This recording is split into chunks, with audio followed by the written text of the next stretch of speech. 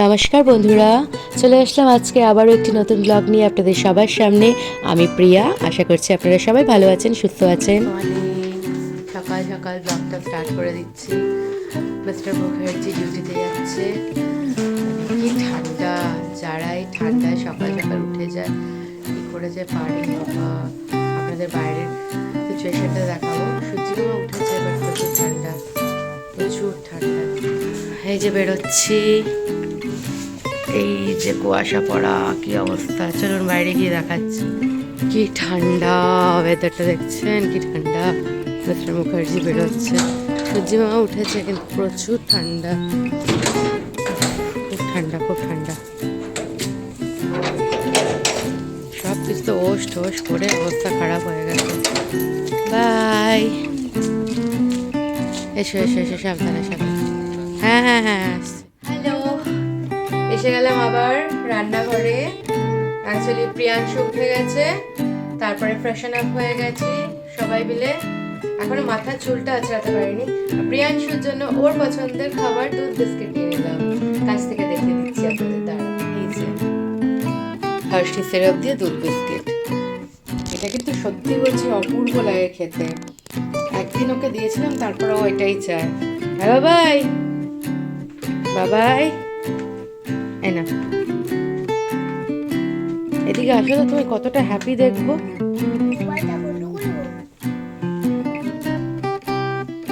এদিকে আছো, এর জন্য এনেছি। তুমি কতটা হ্যাপি, দেখি দেখি দেখি, এতটা হ্যাপি। চলো খেয়ে নাও, খেয়ে নাও, খেয়ে নাও, খেয়ে দেখাও তো ওমা, খেয়ে দেখাও তো ওমা, খেয়ে দেখাও তো।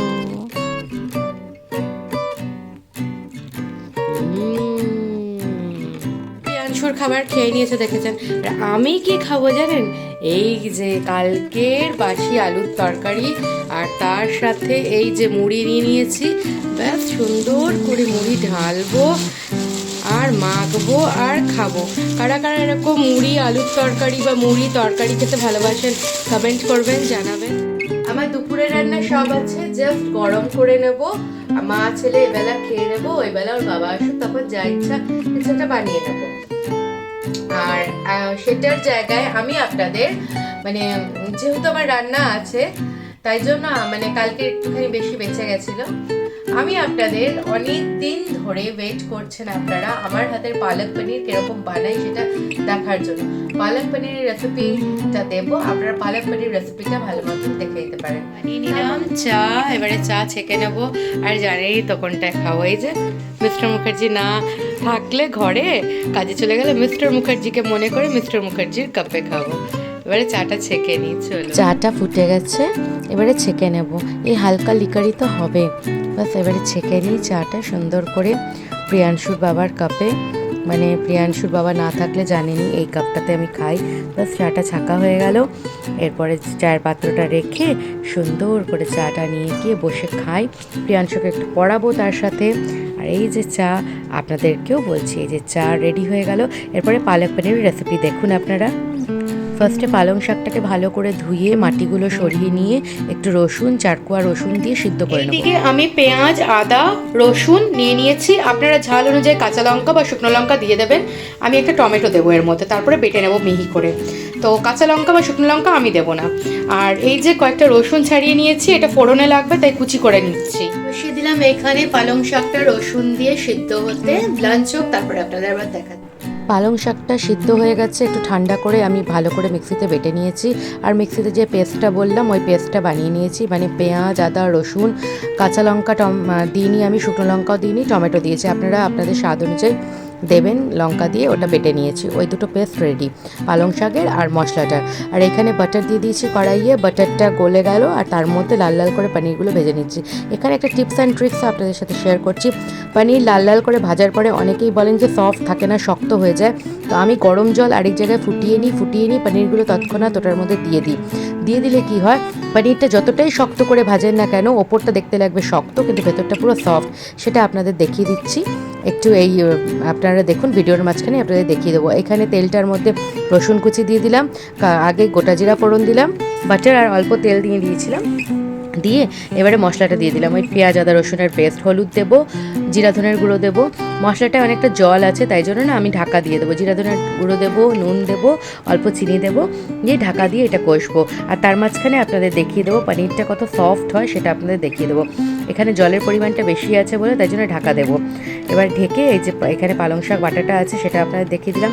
কিছুক্ষণ ঢাকা দিয়ে রেখেছিলাম, এবারে খুলে দেখে নিই কতটা কি হয়েছে। না দেখুন এখনও অনেকটা জল আছে দেখা যাচ্ছে, আরেকটু এটা কষানো হবে। যখন তেলটা ছেড়ে আসবে তখন পালং শাক বাটাটা দিতে হবে। অনেকে কাঁচা পালং শাকটা দেন, ওটা ভালো লাগে না। আর এই দেখুন পনিরটা দেখেছেন কতটা সফট।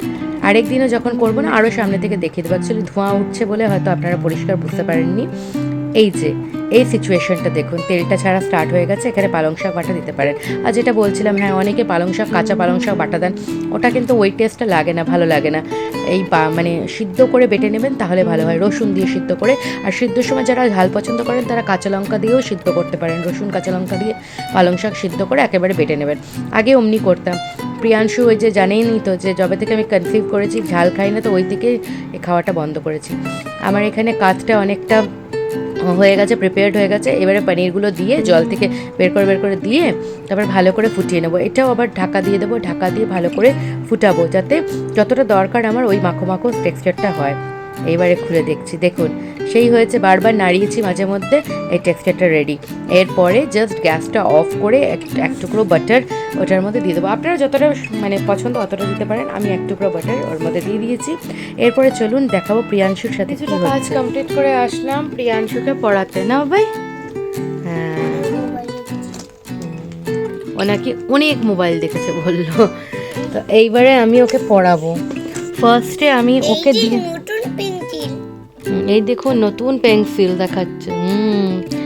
আমি ওকে ফার্স্টে, আচ্ছা ফার্স্টে তো ডেট লিখতে হয় না বেটা। আচ্ছা কত তারিখ বলো, আচ্ছা কত 7 না দাঁড়া ক্যালেন্ডার দেখি, আজকে হচ্ছে 7 07/01/2026, ঠিক আছে। A found words.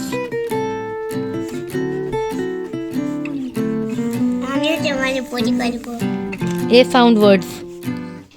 বলো বলো তুমি কি বললে, ভিডিও করতে এসেছো। Rainbow is colouring. এই দেখুন এই রেইনবোটাকে আমাকে নিয়ে বলছে মামাম এটা আমি কালার করব। আমি বললাম যাতা কালার করবে না, এটা কালার হচ্ছে ভিভজিওর হয়, ভায়োলেট ইন্ডিগো ব্লু এরকম বুঝাচ্ছিলাম। তারপরে বলছে মামাম এটা করবো, তারপর পিঙ্ক বলছে, বললাম পিঙ্ক হয় না। বললাম যাও তোমার ফোনে গিয়ে বলো।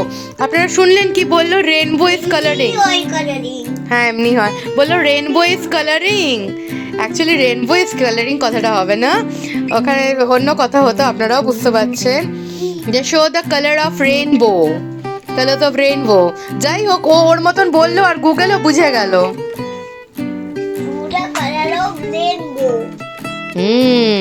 Show the colour of rainbow, দেখেছো পাঠিয়ে দিয়েছে। তোমারটাও গুগল বুঝে গেছিল। কিরকম কিরকম আছে, ওপরে একটা রেড করবে, দেন দিয়েছে অরেঞ্জ, দেন দিয়েছে ইয়েলো গ্রিন ব্লু, এমনি যা যা বলেছে অমনি করবে।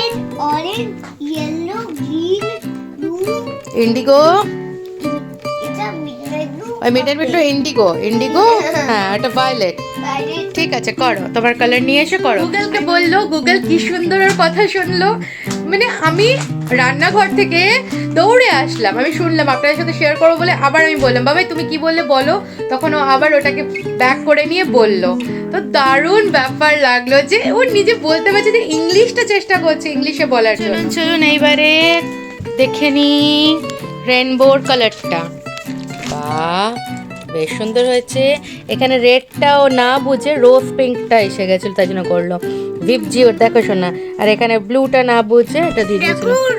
এদিক দিয়ে বলতে হবে ভিভজিওর, মানে V for violet, I for indigo, B for blue, G for green, গ্রিনটা আরো ডার্ক হতো, green, Y for yellow, O for orange, R for red.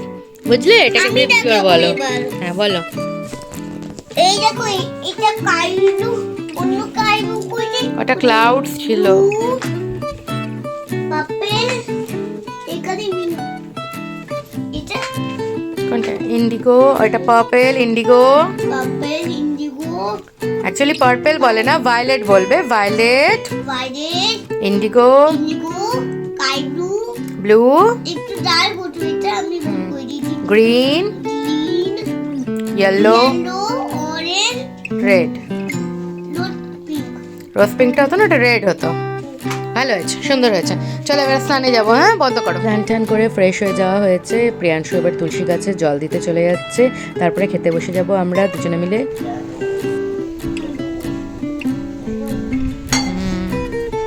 বাবাকে তুমি মুঝে মুঝে ক্যামেরা দিয়ে গেলে বাবা পালে বন্ধে ভিডিও কোনো কোনো বুবু তো আটা ভিডিও বানাই আমরা করে বেরোই তুমি একটু যাও